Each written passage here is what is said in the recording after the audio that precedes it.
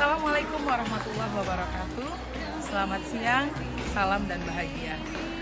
Jumpa lagi Bapak Ibu dalam program Guru Penggerak. Kali ini saya akan menyampaikan diseminasi seluruh konsep budaya positif yang dipelajari dalam program Guru Penggerak di sekolah yang tercinta, yaitu SMA Negeri 7 Padang. Saya Azizah Batubara, CGP Angkatan 7 dari Padang, Sumatera Barat. Kali ini akan mengetengahkan tentang perubahan paradigma belajar, konsep budaya positif dalam keyakinan kelas, kemudian tentang segitiga restitusi dan 5 posisi kontrol yang harus diterapkan dalam pembelajaran di sekolah. Mari kita ikuti bersama. Lanjutkan dan pembagian partnya adalah sebagai berikut konsep-konsep yang penting. Yang pertama adalah perubahan paradigma belajar. Yang kedua disiplin positif. Yang ketiga motivasi perilaku manusia. Lalu kebutuhan dasar, keyakinan kelas, posisi kontrol restitusi ini yang amat sangat diminta kita untuk mencobakan di sekolah kita. Kemudian ini mungkin ada info ya. Terakhir adalah segitiga restitusi.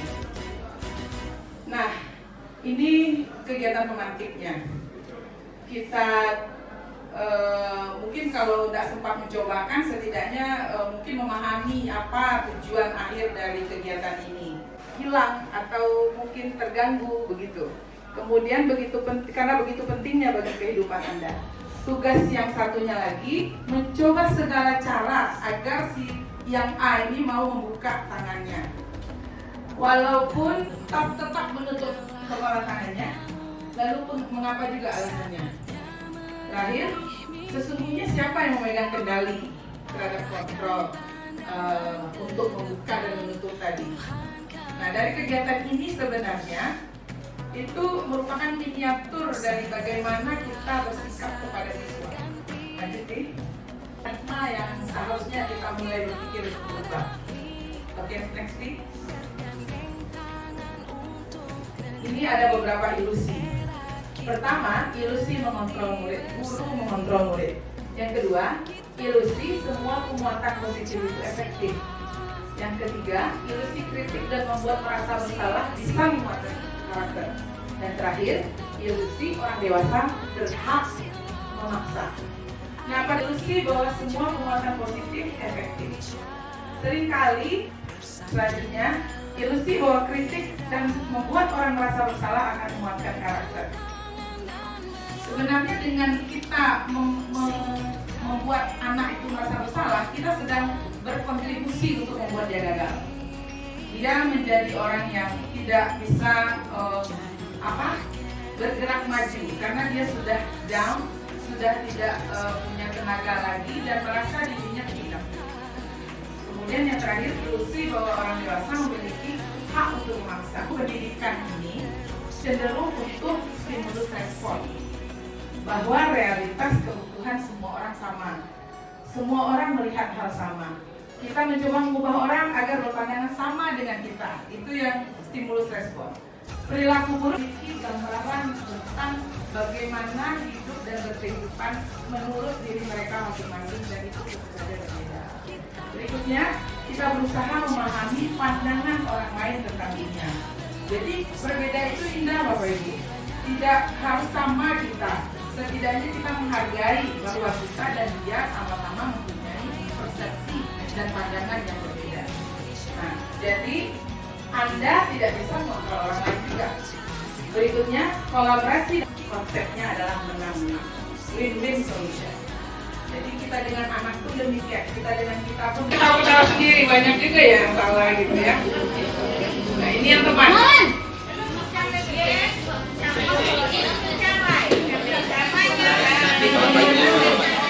Wah, sudah jam berapa ini, Nak? Antar kesan Mama? Aja saya. Iya Bu, Akrab? habis ibu saya lupa bawa kertas. Nan! Ini yang keempat ya, sebagai pemantau. Bahwa anak itu untuk menyadari dia akan jadi seperti apa, itulah yang mendasari dia untuk berbuat baik. untuk berbuat disiplin. Jadi inilah definisi dari restitusi, proses menciptakan kondisi bagi murid untuk memperbaiki kesalahan mereka, nah, sehingga mereka bisa kembali pada kelompoknya dengan karakter yang lebih baik. Iya, iya. Yang kita lakukan setelah ini, Bu. Nah, jadi restitusi ini tindakan kolaborasi antar kita dan siswa. Nah, pertama, kalau hukuman, sesuatu yang menyakitkan akan terjadi. Tidak nyaman untuk murid, murid atau anak untuk jangka waktu panjang. Dan ada korban di situ. Berikutnya murid juga akan tersakiti. Sementara kalau konsekuensi, sesuatu juga terjadi, tidak nyaman untuk jangka waktu yang pendek. Jadi bedanya dengan hukuman. Ya. Dalam rangka berdiskusi ya, Bu, ya. Berdiskusi tentang visi dan akan satu sekolah yang akan kita bahas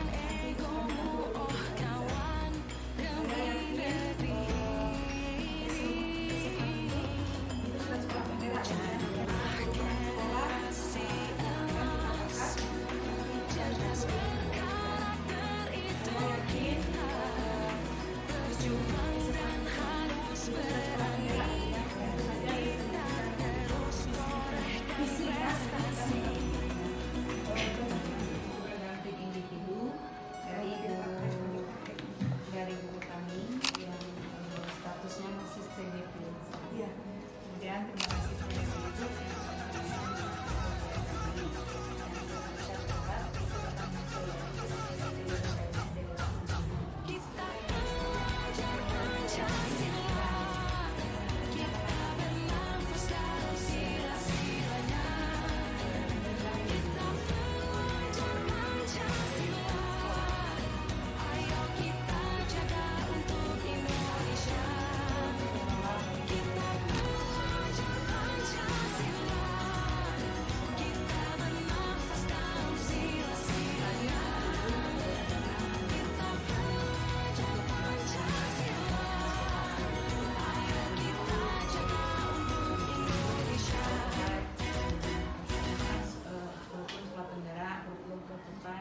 Kemudian kurikulum Merdeka akhirnya, dan memang dari penggunaan kurikulum Merdeka ini memang banyak ada perubahan-perubahan, dan itu berawal dari COVID.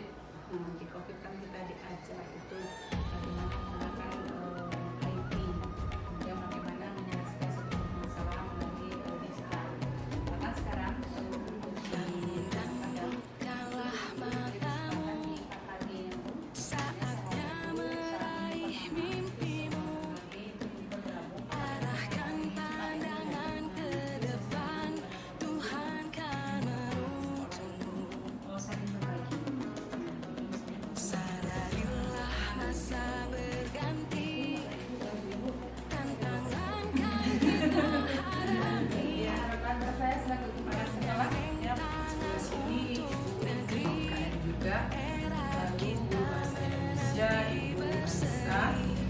Lanjut dengan yang sudah berhasil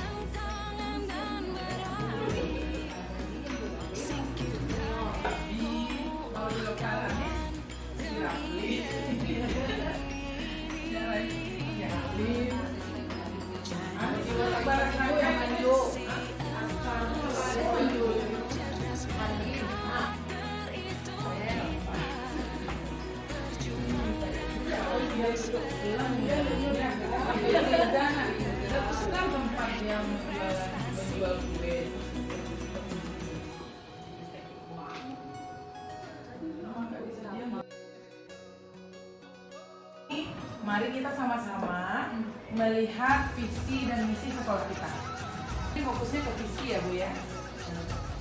Terwujudnya generasi yang berimpak dan berakhlak mulia. Ya, terima kasih Pak.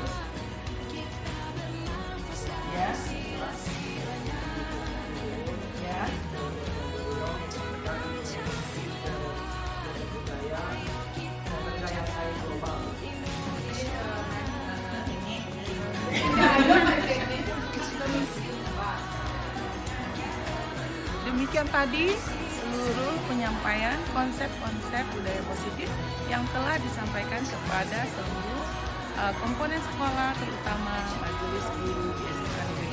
Semoga bermanfaat. Salam dan bahagia.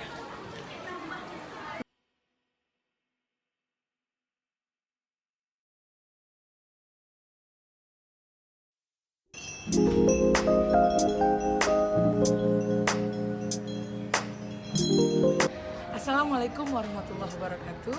Selamat siang Bapak Ibu, salam dan bahagia. Saya Azizah Batubara dari SMA Negeri 7 Padang. Kali ini saya akan berbagi pada Bapak Ibu sekalian terkait dengan penerapan kurikulum Merdeka.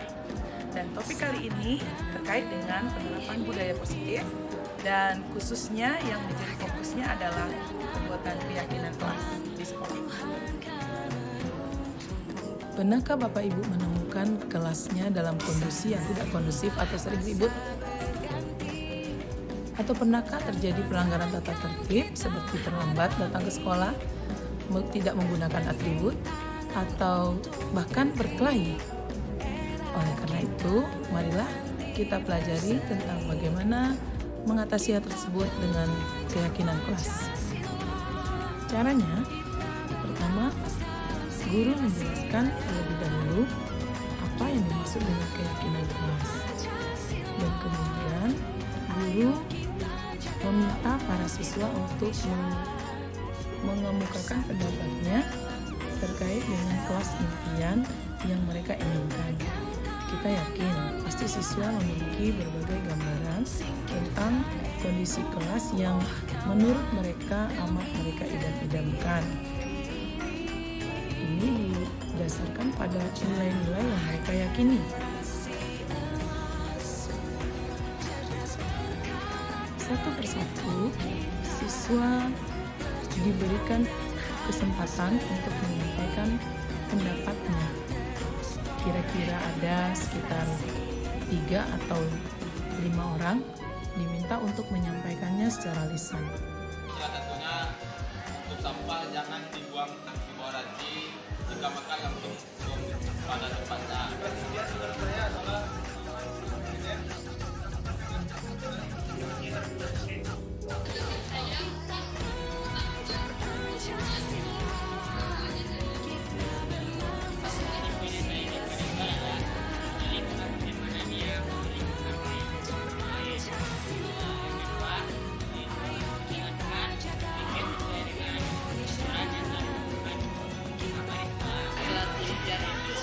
Kita kan tahu kelas sekolah kelas praktikal jadi hal-hal yang ditemukan yang dari sekolahnya teman-teman kritis lagi dalam menghadapi beberapa hal dan juga teman-teman harus lebih saling bekerja sama antar sesama walaupun kita tahu satu kelas itu merupakan berbeda-beda. Untuk hal tersebut kita harus mungkin lebih berinteraksi lagi kepada teman-teman kita, baik itu dalam diskusi kelompok. Langkah selanjutnya adalah meminta siswa yang lainnya untuk juga menuliskan nilai-nilai yang mereka yakini agar kelas yang mereka impi-impikan dapat tercapai. Sama halnya dengan yang 4 orang atau yang 5 orang tadi, mereka akan menuliskan satu butir keyakinan mereka yang harus ditanamkan di dalam kelas agar kelasnya menjadi kelas yang nyaman. Setelah itu, semua keyakinan yang sudah ditulisnya di dalam sticky note ditempel ke papan tulis. Setelah semuanya ditempel di papan tulis, maka berikutnya kepada perangkat kelas, ketua kelas beserta wakil serta sekretaris dan bendaharanya bekerja bersama untuk memilah-milah serta mensortir mana keyakinan yang sekiranya senada agar semua keyakinan kelas tersebut dapat disederhanakan menjadi jumlah yang sesuai dengan yang diharapkan. Keyakinan ini tidak perlu banyak. Yang penting semuanya relevan dan mewakili aspirasi dari seluruh anggota kelas. Setelah proses tersebut dilalui, maka sekarang saatnya para perangkat kelas menyampaikan kepada warga kelas tentang butir-butir keyakinan kelas yang sudah disaring dari seluruh aspirasi yang dikumpulkan oleh seluruh warga kelas. Ini adalah semua hasil dari rangkuman ya yang sudah kalian tulis-tuliskan. Kemudian, setelah proses penyampaian selesai, maka semua anggota kelas diminta untuk menandatangani naskah keyakinan kelas yang telah ditulis rapi dan disediakan pula tempat untuk penandatanganannya. Dengan demikian, berarti bahwa keyakinan kelas tersebut sah dan diberlakukan dalam proses belajar dan mengajar di dalam kelas tersebut untuk selanjutnya. Demikianlah proses pembentukan keyakinan kelas dalam kelas yang dibimbing oleh seorang wali kelas. Semoga semua yang ditayangkan kali ini bermanfaat. Terima kasih. Salam dan bahagia.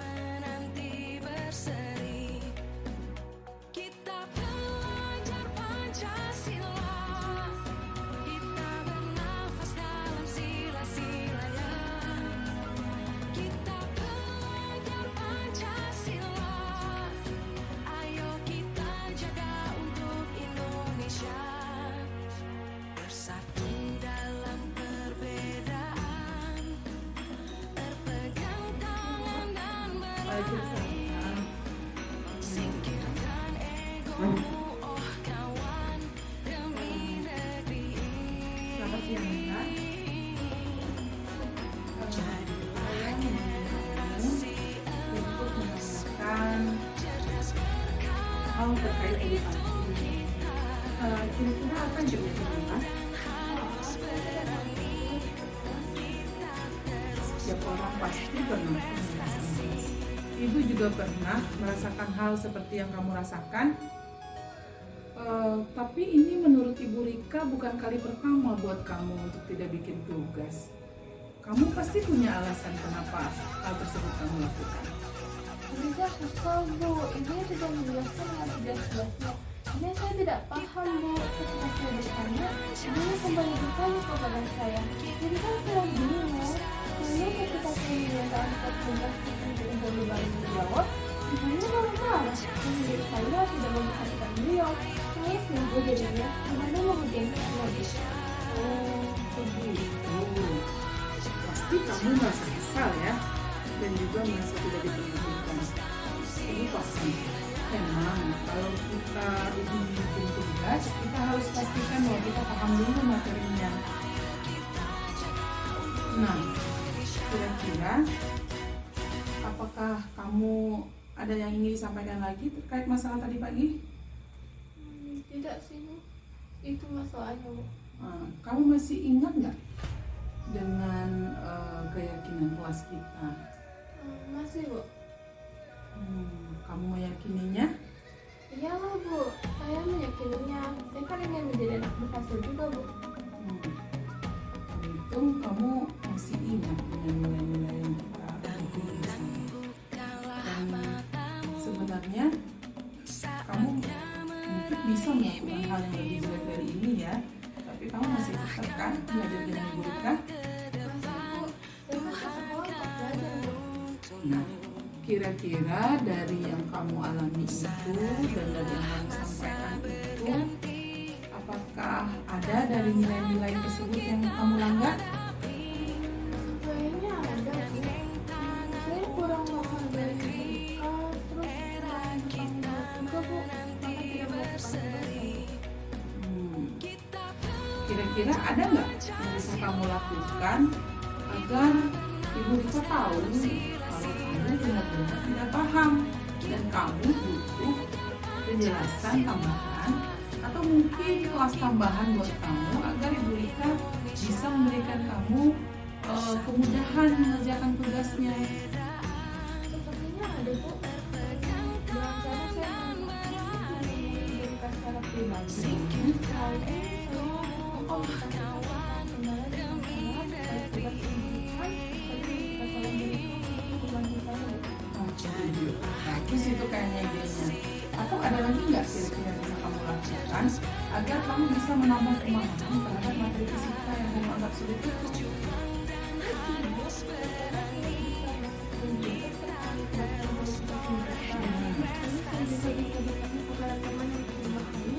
Tugas yang diberikan oleh beri kamu. Nah, itu bagus. Jadi kayaknya kamu udah punya 3 alternatif nih untuk menyelesaikan masalahnya. Kira-kira kapan kita bisa mulai tuh ya, Naila? Hari ini Bu, setelah maksudnya itu pas jam istirahat, saya akan menemui berita untuk mengerjakan Bagus sekali tuh. Berarti Ibu Rika pasti merasa senang karena kamu sudah menemukan solusi terbaik. Nampaknya kamu sudah bisa nih kembali ke kelas ya dan lanjutkan pelajaranmu. Nanti kamu bisa ketemu Ibu Rika.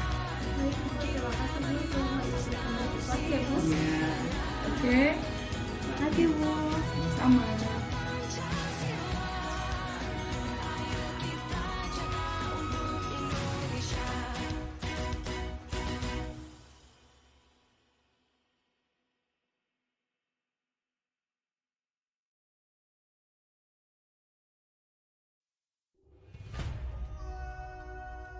Assalamualaikum Bu.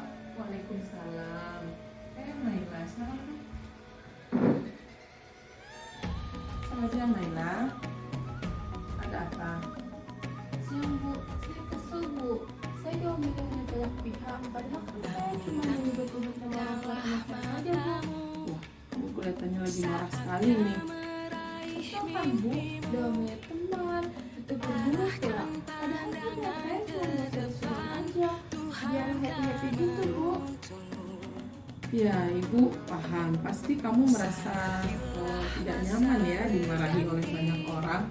Ibu juga pernah berada dalam kondisi seperti itu. Tapi kamu pasti punya alasan kenapa kamu melakukan kegiatan atau perbuatan seperti tadi pagi. Betul Bu, biar kelasnya nggak sepi Bu.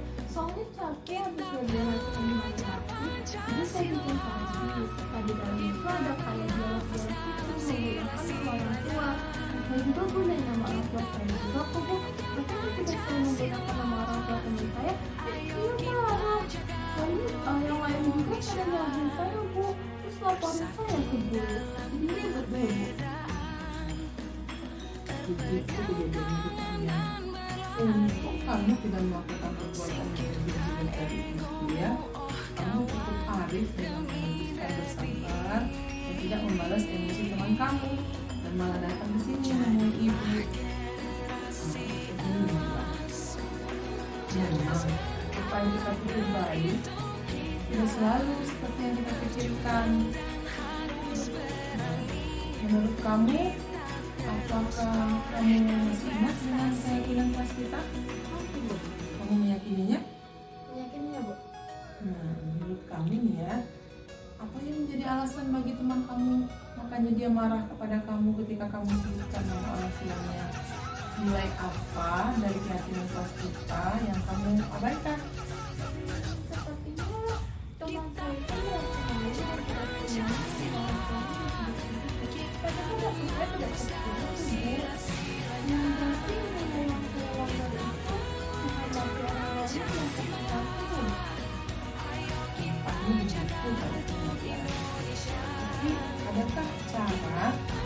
untuk menyelesaikan permasalahan seperti ini dan membuat teman kamu itu tidak lagi marah kepadamu?